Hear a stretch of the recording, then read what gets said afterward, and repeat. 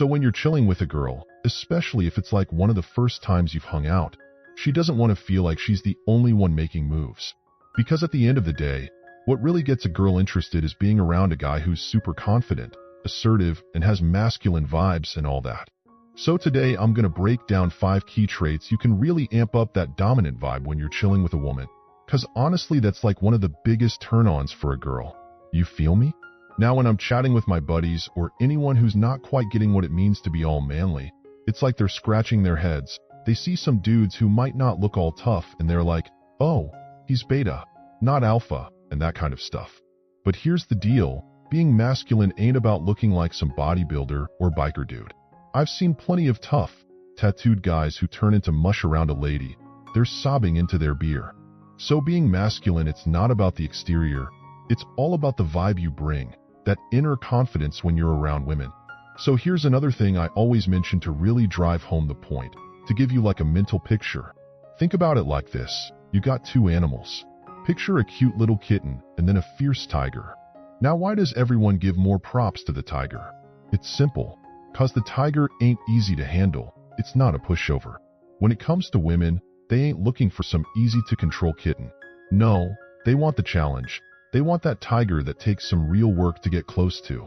So how do you become that tiger? We're gonna run through 5 steps or 5 mindsets I want you to start using when you're chilling with women. But you know what? These mindsets work just as well in business settings at work, because they show that strong masculine energy. So let's kick it off with the first trait, the willingness to bounce. I always say you gotta show that you're ready to bounce. This is something me and my crew figured out way back in college. We used to throw these wild parties at our place, and we had this move we called the walk away. And let me tell you, it worked like magic. If you're chatting up a girl at a party and you dip out for a bit after a good convo, it's like flipping the script. Most dudes are all about sticking around, afraid someone else will swoop in if they bounce. But what we learned is if you're vibing with her and then you're like, hey, gonna go catch up with my buddies, catch you later, and then circle back to her later on, her interest goes through the roof. Why? Cause you're showing you're not desperate to cling on to her all night. You're that tiger she's gotta work for. You feel me? So let's talk about this whole idea of showing you're willing to dip out. There are a bunch of ways to do it. One simple way is just not being all in, not showing too much interest or giving her constant approval. What do I mean by that? A lot of guys, especially when they're into a girl, they're scared to show any disapproval or boredom. If she's telling a story and it's not really hitting the mark, maybe she's talking about how she cheated at something. A nice guy might be like, oh, cool. But if you're thinking, that's kinda shady, you call her out on it. Cause it shows you're not gonna put up with that stuff.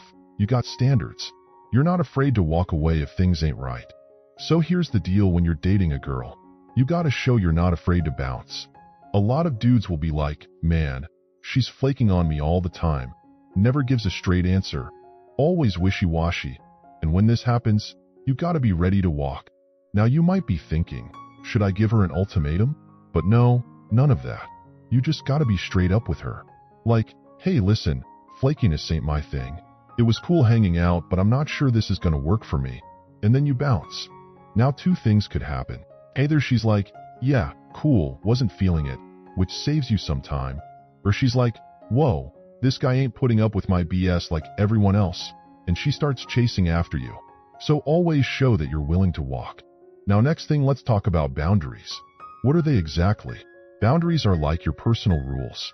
They can be rules you set for yourself or rules that come from outside, like society or whatever. For instance, let's say there's this woman who decides she's not gonna have sex with a guy on the first date. That's her boundary, and you gotta respect that. But you know what's cool? When a woman's got boundaries, it kinda makes you respect her even more. It shows she's not just gonna do whatever just cause she's into you. And it's not just women who should have boundaries, we guys should too. Like maybe I keep my phone on silent all day, cause I'm working, writing, making videos, whatever. It messes me up when I start getting texts or calls, cause then I lose focus. So I've learned I gotta keep my phone on silent. Now here's the thing, what do most guys do when they start talking to a woman? They get all scared. They're gonna miss her texts if they keep their phone on silent. So they'll probably let her messages through. They're bending their boundaries just to please her. But the right move, the manly move, is to just be straight up with her. Like, hey, during the day my phone's on silent. so I won't reply to your texts till later. It's not personal. I just don't reply to anyone during the day. See, that's attractive because it shows you got your own thing going on. Oh, and here's another example. I had a friend who was always telling people to take off their shoes at the door when they came over. At first, he used to let women keep their shoes on because he was worried they'd think he was too strict or something. But then he realized, no, this is his house, his rule. And you know what? Women actually respected him more for it. They saw he had standards. So let's talk about other kinds of boundaries. Like there are times in my life when I'm up super early, like 5 a.m., for morning workouts and stuff. So if I'm out on a date and I know I gotta be up early the next day, I'll be like, hey, I gotta call it a night, instead of dragging it out and staying longer. It's all about setting those boundaries. And you know who's really good at setting boundaries? Single moms. Seriously, they've got it down because they gotta get home to their kids. They got rules to follow. That's why guys chase after them. I mean, I'm not saying you should go chasing after single moms, but I've seen it happen because they're not always available. Most women don't bend these boundaries for some new guy they just met, and that's what makes them attractive. You gotta have your own thing too. Like, I got buddies who play golf every Sunday, and when they start dating someone new, they're like, listen, Sundays are golf days with the guys. And you know what? Women always try to test them. They'll be like, oh, this Sunday my friend's having this thing, you should come. They want to see if you're going to ditch your friends for them. And a lot of guys think, if I give up golf day to hang out with her, she'll see how much I like her. And yeah, maybe she'll be cool with it at first, like, oh, he's giving up golf for me. But then she's like, wait, that was too easy. 'Cause deep down, she wants someone who's not so easy to tame. Now number 3. Let's talk about another trait for showing your masculinity. Being able to say no. Seriously, saying no can be super attractive to a woman. Let me repeat that. The most attractive word you can say to a woman is no. Back when I used to wait tables, I worked with a bunch of young women and it was a great way to meet people. But there were a couple of guys I worked with who were known for never saying no. Like if someone asked them to switch shifts, they'd always say yes, even if it messed up their plans. And you know what? The girls figured it out pretty quick. They'd come up all flirty, asking for favors like covering their shifts on New Year's Eve or whatever, and these guys couldn't resist. They'd end up saying yes every time, thinking they were scoring points. But really, they were just being taken advantage of. Now, me? If someone tried pulling that on me, asking me to work New Year's Eve or whatever, I'd shut it down real quick. Like, no, I'm not working New Year's Eve for you. And you know what? Even though you're saying no, they actually respect you more for it. They know you're not a pushover. Even female friends pull this kind of thing sometimes. If you've got this female friend who always knew she had some kind of hold over you, and then you start seeing someone new, she might start acting all flirty with you. She'll try to get you to ditch the new girl and hang out with her instead. Like, hey, why don't we go somewhere tonight? And I get it. If you're kinda into your female friend and not super sold on the new girl, you might think, oh, she's getting jealous. Maybe I should hang with her instead. But really, when you do that, you're just giving her what she wants. It's way more powerful to just say no. Like, sorry, I've got plans tonight, maybe another time. When you say no, you're showing you're not going to be swayed just cause she's batting her eyelashes at you. You're standing your ground. This also ties into doing favors and stuff. Like, say you're out at a bar and you're chatting up this new girl and suddenly she's like, oh hey, can you hold my bag for a sec?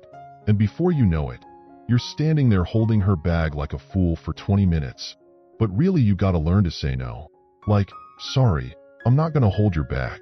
I'd love to keep talking to you when you get back, but I'm not gonna be your bag holder. And you know what? She'll respect you more for it. I always say ask yourself, would you do it for your friends? Like if your buddy asked you to hold his umbrella all night, you'd be like, no way, dude. So why should you do it for some pretty girl you just met? Saying yes just makes you look like an easy catch. So you gotta be able to say no. Now let's move to thing number 4. Seeking approval. What I mean by that is that you never want to use approval just to try to win someone over. Like, you know how sometimes in a conversation, things are flowing and you're like, oh my god, that's so cool. You're throwing out approval, and that's cool when you're already vibing. But here's the thing, some guys, especially early on in a conversation, they think by showering her with instant approval, it's going to make them more attractive. But really, it just shows you're too easy. Like a tiger, she can tame right away. You don't have to jump in with, "That's so cool," or "I love that" right off the bat. Instead, sit back a bit, be more like a judge. Be like, "Tell me more about that." Let her work a bit to impress you or earn your approval. Don't feel like you gotta gush over everything she says just to make her like you more. Let her put in some effort too. Now let's move to thing number 5. Prove yourself. But before that, let's break down this whole idea of taming a tiger. You can't just tame a tiger in one go, right? It takes time and effort. The same goes for earning a woman's respect. The more effort she has to put in, the more she'll respect you as a man. And piggybacking off of that, don't always be trying to prove yourself. Sometimes a woman might talk about her ex saying how annoying he was, like always watching football on Sundays. And then there's always that guy who's like, "Oh, I'd never do that. My ex was so annoying too." But when you do that, you're kinda lowering your own value in her eyes real quick. Agreeing with everything she says, or trying to show off traits we think will impress her. Like, "Oh, I love traveling too. I design my work schedule around it." But why are you even bringing that up? Because you think it's gonna make her see you in a better light, especially if you know she's into traveling. Guys do this all the time, trying to fit into her expectations. But a truly masculine guy, he lets her fit into his expectations instead. It's not about being more powerful than her or trying to control her. It's about being firm in what you like and what you expect. Personally, I respect a woman who's firm in her likes and dislikes. I don't want someone who's gonna pretend to be someone they're not just to impress me. I want someone with boundaries, who's not gonna drop everything just to hang out with me. I want someone who's willing to say no and walk away if they have to. 'Cause let's be real, I'm not gonna respect someone who lets me treat them like crap and sticks around.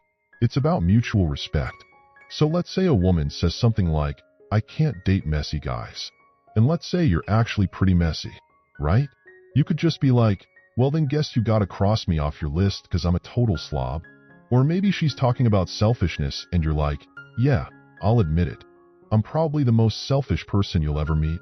Or if she's all about women's rights in the workplace and that's not really your thing, you can just be like, "Yeah, I'm old school. I want a wife who cooks dinner and massages my feet." It might seem like you're taking yourself out of the running, but really you're making yourself way more interesting to her. Because you're not trying to win her over, you're not scared of losing her approval. You're showing you're willing to walk away, you've got boundaries, you can say no, you're not seeking her approval, and you're not constantly trying to prove yourself. And that's what being masculine is all about. If you enjoyed this video, go ahead and hit that like button. It helps other guys find this content and get the info they need. Because let's face it, there are a lot of guys out there who could use it. And remember, being masculine isn't just about looking tough on the outside. It's about what's going on inside. So catch you next time.